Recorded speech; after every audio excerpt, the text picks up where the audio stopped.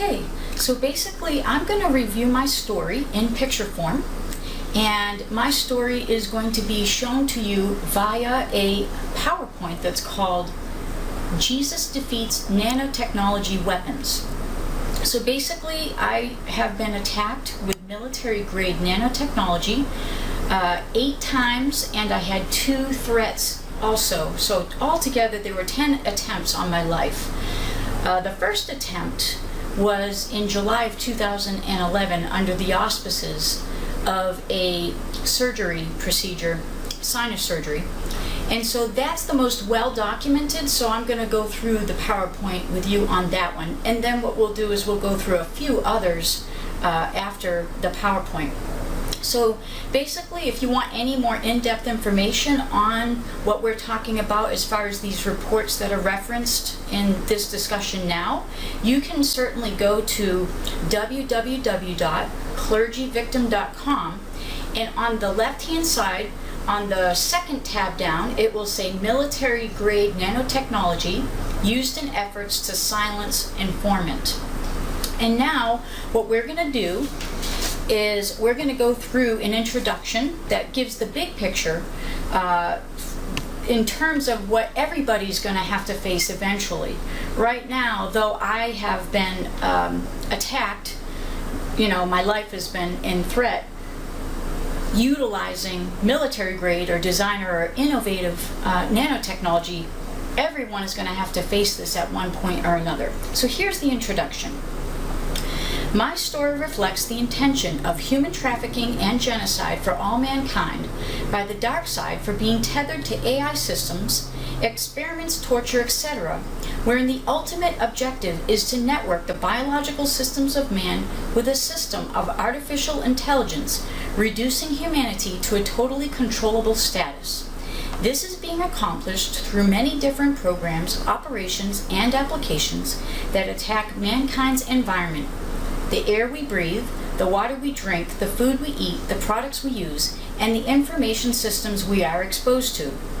In my case, the use of military-grade nanotechnology as a CBRN, chemical, biological, radiological, nuclear weapon, was used with efforts to kill me 10 times. I have survived these attacks by the grace of God through living in hiding since 2013. Prior to 2013, I was actively using aliases, but I was on the run from 2013 until Donald Trump took office in late of 2016. So we're going to get into the PowerPoint right now. Okay, so we're going to review this PowerPoint, Jesus Defeats Nanotechnology Weapons, My Story of Success. Military-grade nanotechnology can be defeated. So basically, as mentioned previously, this is the most documented first attack of the bioweapon that was used, and so the biotech. So basically, I went to I was feeling sick all the time, and I couldn't understand what was going on.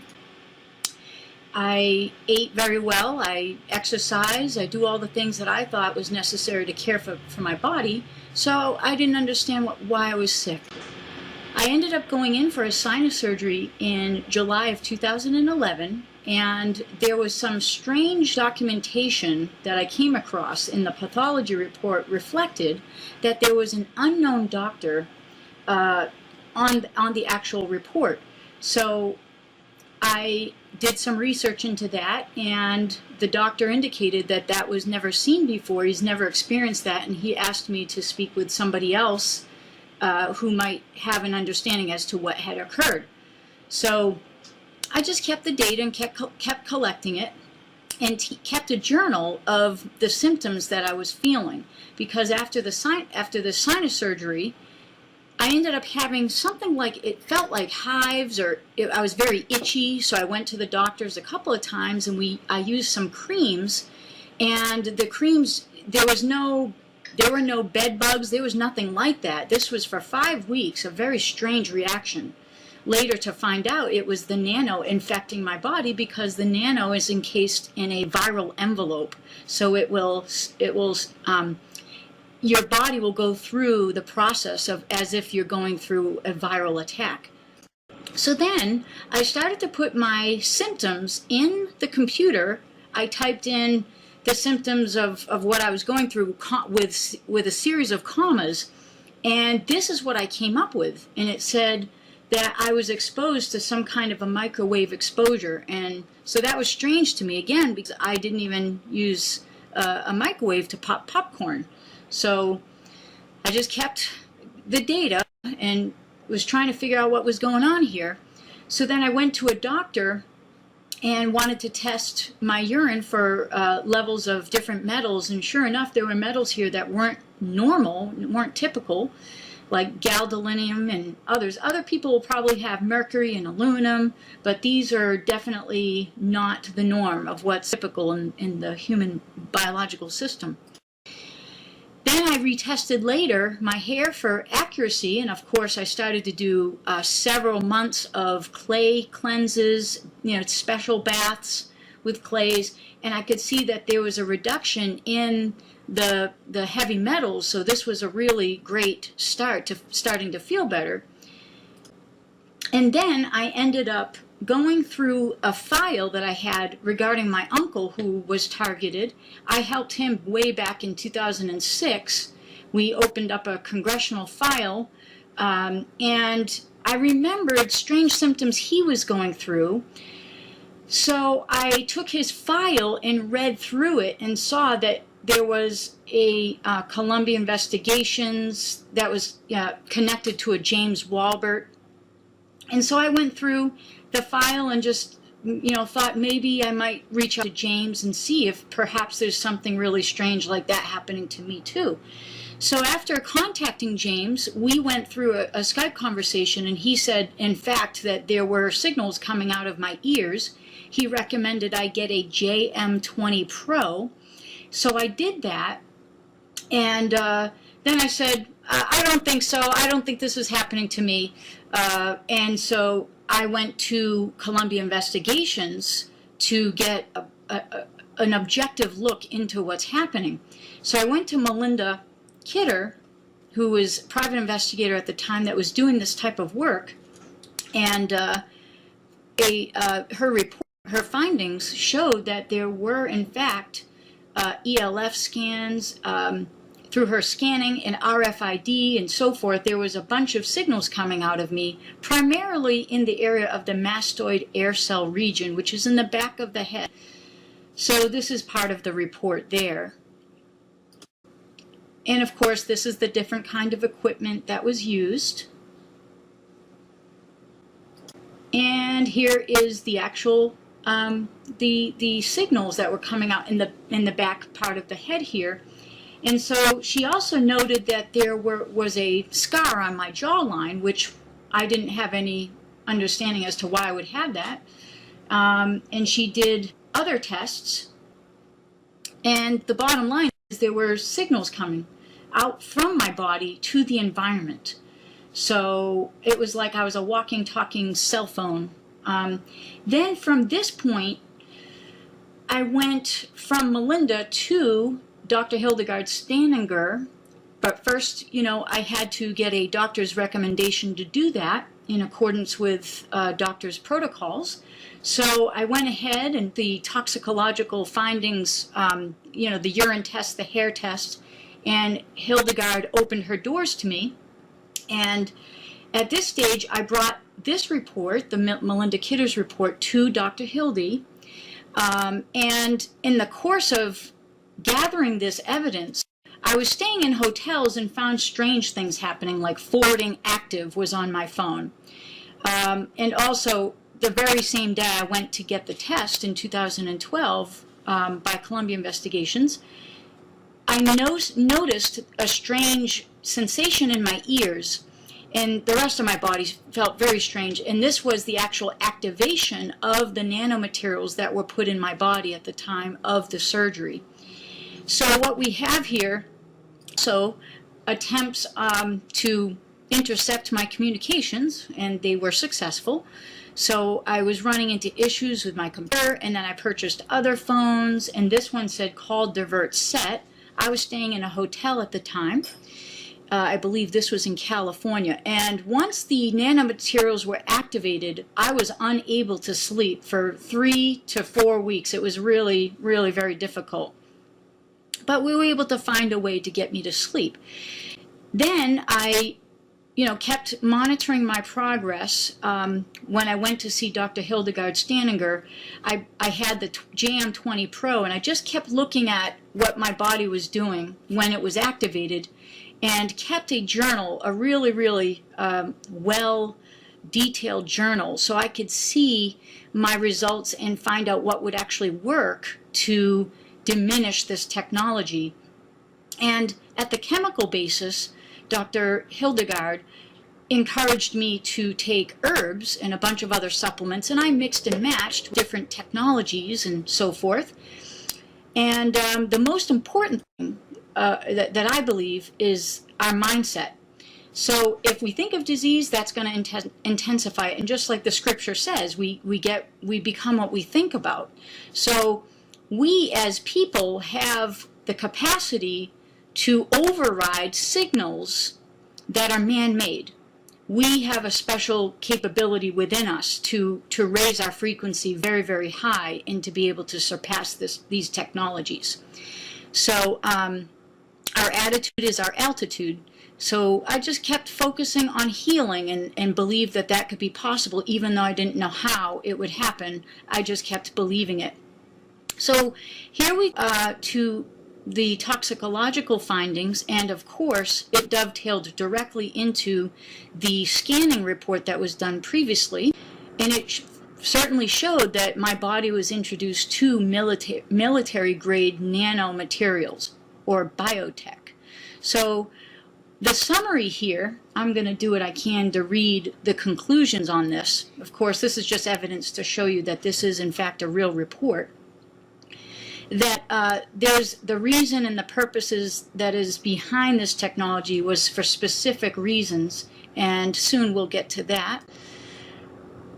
This is just indicating that the report that the toxicological findings reflected was indeed connected to the Federal Communications locations.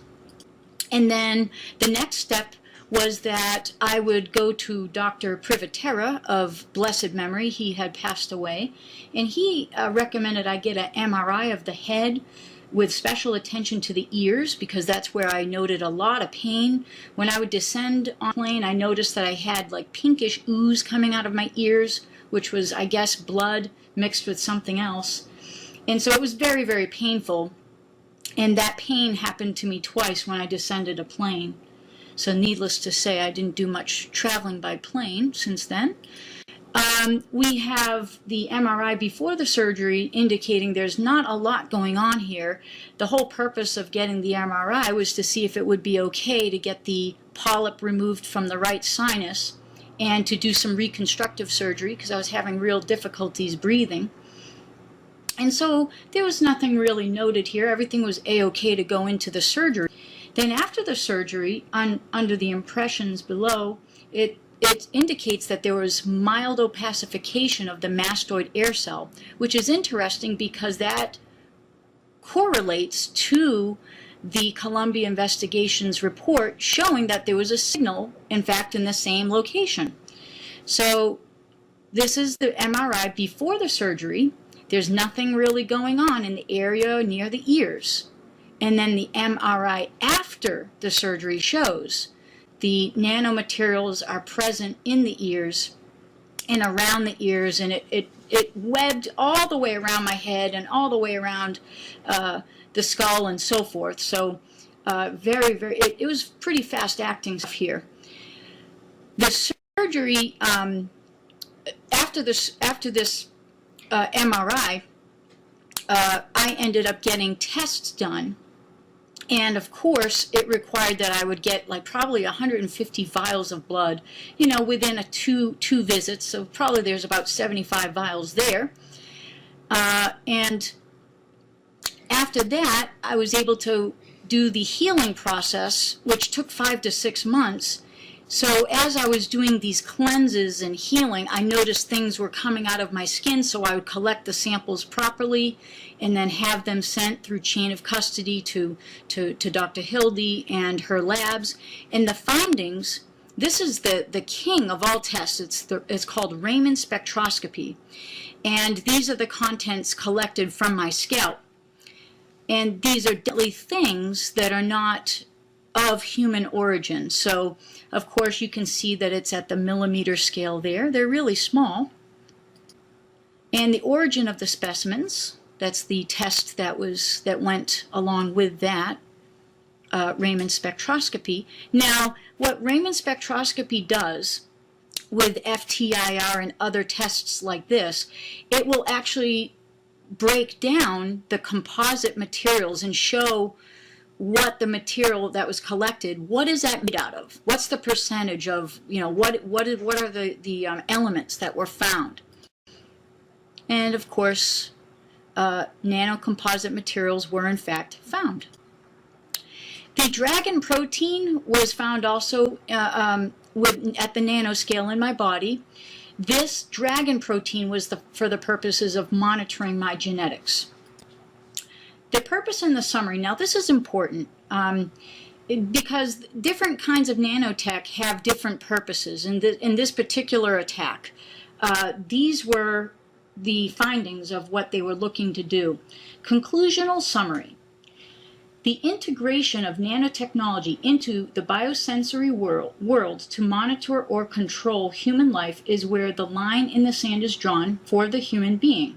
The majority of high-impact technologies that utilize brain-computer interfaces as a neuronet, neurotree network, brain chip, or biosensor would be for the following: control and monitoring of the brain and bodily functions, control and monitoring of the behavior of the individual, thoughts, temperature, etc., sending and receiving verbal commands, stimulation of bioelectrical transmissions within the neuron trees of the nerves, to be utilized as a listening device for remote sensing and monitoring, to be used as a transmitter for listening in on conversations within a specific area that the individual may be in where the device has been implanted in them. If there is a digital computer component to the device, it should be used to capture visual transmissions as a walking, talking monitoring system, a high-tech extrinsic spying system, especially for military industrial espionage. So that's what the summary was. And of course, in my case, I was very puzzled as to why someone would want to bother with me. I was a nun for 14 years in the Catholic Church, and I ended up getting to know way too many things. So in 2008, I left the Roman Catholic Church. And so if you want to learn more about my story in that regard, you are welcome to go to clergyvictim.com. And there are interviews on that website where I get into my story. But the main purpose here is that I want to share with you these things did in fact happen to me, and that I am truly healed and I'm continuing to heal. So the real message here is of hope. And so you're definitely welcome to go and explore more about the history and what happened to me and why and so forth. Little picture. Keep my chin up. I found that on the internet of a cat with a cute little thing on there on the top of its head. So it's all about attitude. Now, monitoring my head, I purchased the X-Tech, not for purposes of monitoring other people or anything. I just wanted to see what my progress was and what, therapies would be working to break up the materials in my body. And so I was at 0.02 microtesla, and then later, later I ended up getting back to 0.00, which is where we want to be. Then we have the microcosm and macrocosm, YRF and nanotech. So basically this is just how micro chips are in essence the macrocosm to the microcosm, which is nanotechnology, which operates far better and far faster and far more efficiently in terms of their purposes of gathering the data and so forth that they'd like to do to people. I tried a lot of different things to block the signals. I used lead aprons and things like that. It didn't really work for me. I did find out a combination of things that did work for me in my crash course in countermeasures. But again, there's no, blanket answer for everybody. I can't just say, everybody, this is going to work for you, because each attack is specific. So in my case, I was able to determine what kind of shielding would be proper to shield me while my body was healing of these technologies. Of course, I tried the lead hood, and that definitely did not work. I used gels and other products from Dr. Hildy, and she has wonderful book on mindset there. It's like a spiritual, exercise, Portals to Destiny. Very, very good. And her other devices ended up helping to break up the material. So very, very, very helpful, alongside with other technologies. Prayer is going to be the key. That's my belief, that prayer is going to be the key to getting through this experience to the other side. So I basically asked many people all over the world to pray for me during this process, and continue to do so. Shielding your home is important. This was just a Mylar sheet, but even the little simple Mylar sheet did assist with the signals, the blocking of the signals, and without it, I could see that was the place where I used to live. There was, in the red, that was very painful, the microwave signals that were being sent to me there. This was in a hotel, and they were still aiming signals at me in a hotel, and of course they put me in room 322, and as we can tell, they're welcoming me with 322, and the word down there, the password happy, was also another password that I used. So I found that very interesting. The 322 commemorates the fall. Genesis 3, verse 22 gets into the fall and commemorates that. I purchased the Asico for daily monitoring of progress, but found that the DS100 was far better for me in terms of monitoring if my mechanisms were helping. Then, this is the good news. So then we retest the signals. I went in and visited Columbia Investigations again. And the beautiful thing is when I first met with Melinda, I asked her, I said, Melinda, did you ever meet anybody who ever returned back to you and showed and rendered a result of being free of the signals? And she said, no, that's never happened to me before. So I said, well, it's nice to meet you. I will be back in about 6 months, and I will be completely healed of this. That's my belief, because I have a very strong faith in Jesus Christ. So in my experience in the past, he's healed me of other things, and I believe he could heal me of this. And so, in fact, I went back to retest for the signals, and in her notes, it shows essentially that the signals were not emanating from Bernard. This is under conclusions and recommendations, but to her. X-Tech evaluation only noted one point of concern as noted in the report above. And of course, I went back and aggressively did therapies on that area, so I am now signal free. And of course, we were in a celebration mode right there. Then I went back to Dr. Hildegard Staninger for a retest. And this report was wonderful. It rendered total turnaround in results. So let's see if I could find that for you in the conclusion. Okay, in general, the advanced biological monitoring tests show a total turnaround in response to outlined recommended treatments, therapies for exposure to advanced nanomaterials and biosensor devices. All values are well within acceptable ranges, and patient-client has not experienced symptoms as previously described in earlier report, toxicological dysfunction analysis, and other reports. So this is really wonderful news here. And of course, her signature there. And so I was free of signals after about 3 or 4 months thereabouts, pain-free. And then after 6 months, I was totally clean. So the signal was breaking up around 3 to 4 months. And then after 6 months, I was totally clean of all signals. So I share this with you. I hope it's helpful. And I'm going to review briefly about the other incidences where after I was healed of the first attack, I ended up having to be the vessel of dealing with further challenges. But this here is the case study for my story. Okay, so what we're going to do here is we're going to review the subsequent attacks, not all of them, but a few of them. And I'm quoting from a timeline that's called Timeline with 10 Attempts on My Life. What we're going to do first is show you the picture of the car, my car that was broken into. We're going to do the best we can on this. And essentially, what happened was the car was broken into, and the real valuable items were left in the car, but there were 2 humongous bags of quarters that were stolen. And that seemed a little strange to me. So what I did was something I felt guided to go ahead and shut off all the lights and get one of those blue light, blue light, black light, light sources.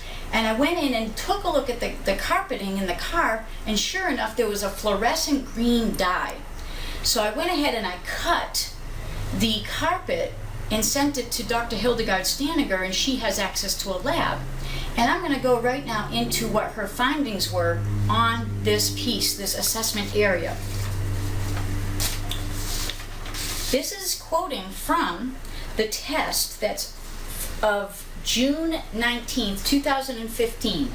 The report on exposure to designer innovative nanotechnology. The assessment area is the vehicle and living facility. Now, as a notice, Dr. Hildegard likes to copyright, trademark, and register all her reports, so that's her way of keeping everything tidy. I just want to give notice to you on that. And so basically, she says here, the red container number 1, which contained the carpet material from the suspect vehicle, was positive for nanowires. She says further, the analysis revealed, I did have an analysis and a hair analysis, so this is part of the report that points to those findings. The analysis revealed specific materials that would induce colon cancer, breast cancer, and leukemia. And she gets into a lot of technical language here, but we're going to just skip past that. Each used as a specific tag to induce and/or monitor cancer mechanisms development. The analysis results indicate that the materials utilized were of a specific, innovative nanotechnology delivery system with a specific intent, such as to give our client cancer at an accelerated rate of time. Now, she further says in another subsequent report on July of 2015, a legal notice of criminal activity by government officials and demand for action by witness Dr. Hildegard Staniger. She says, in relating to her observing of my being repeatedly poisoned, non-consensually of course, by advanced nanomaterials, her professional belief and expertise indicates that I was a recipient of weaponized innovative technology. And she says here further, in this report you can definitely get on clergyvictim.com, on the second tab down, the full report. It says here, to the affiant's knowledge, there have been repeated attempts to murder Kiri Berner, to maim, cause permanent loss of brain function, and monitor her biological presence, genetics, and physiological functions via remote sources. So basically what I want to do here is show you, this isn't going to be professional, this is just to show you in comparison to the PowerPoint, that I have 2 pieces of equipment here. I don't have any signals, I'm not in pain, and I have a total turnaround in results. So I just want to show you, we'll do the best we can. This is the X-Tech, and in order for this to work properly, it has to stay still on the area of concern. So I used to have a 0.02 reading, and now I'm 0.00. So this is wonderful. This is a tremendous breakthrough against this nanotechnology. Now, the other test I'm going to do quickly is the DS100, and that just indicates the presence of RF. So what we're going to do is I am going to show you that in fact my ears are free of frequency. Now, of course, we do have some internet here, so we might see a little activity, but in order for, if someone's been implanted with nanotechnology and if it's activated, it will sustain a red signal right around the area of the ears, as was shown in the PowerPoint. So here we go. I'm going to do the best I can to get this one in with guidance into the camera. And I'm going to do the other ear just for the sake of it. And that was the area of concern. So basically we have no sustained red activity here. So this is a wonderful, a tremendous breakthrough. So what I basically want to say is I'm free by the grace of God. I'm here. Thanks be to God. And you can be free too. This is my belief. And people are going to ask me, well, you know, why would you do this sort of thing? And I did explore a $100 million settlement. The only problem with that is I would be, you know, unable to let other people know what's going on with this technology and that there is a remedy. When I was going through this, I was searching for someone who could help me to get through it, and there was nobody. I had no access to anybody that could tell me that they went through it and got through it on the other side. So, so my conscience tells me that the best thing for me to do is to let my story out there, to let others know there is in fact hope. We have to disclaim, we have to provide a disclaimer here. Everything we're doing on Christ the Wall Hermitages, all of our Christ the Wall Hermitages program is for educational purposes only. All of what we're doing is based upon my own personal experience of success. It's not easy, but it's certainly a worthwhile feat. Notice we cannot guarantee results. Each case is unique and requires its own customized analysis. Each applicant is to be vetted. If you'd like to contact us, you can do so. God bless you. I hope this was inspiring for you, and I believe that if we all work together, humanity can get through these kinds of attacks. God bless you all.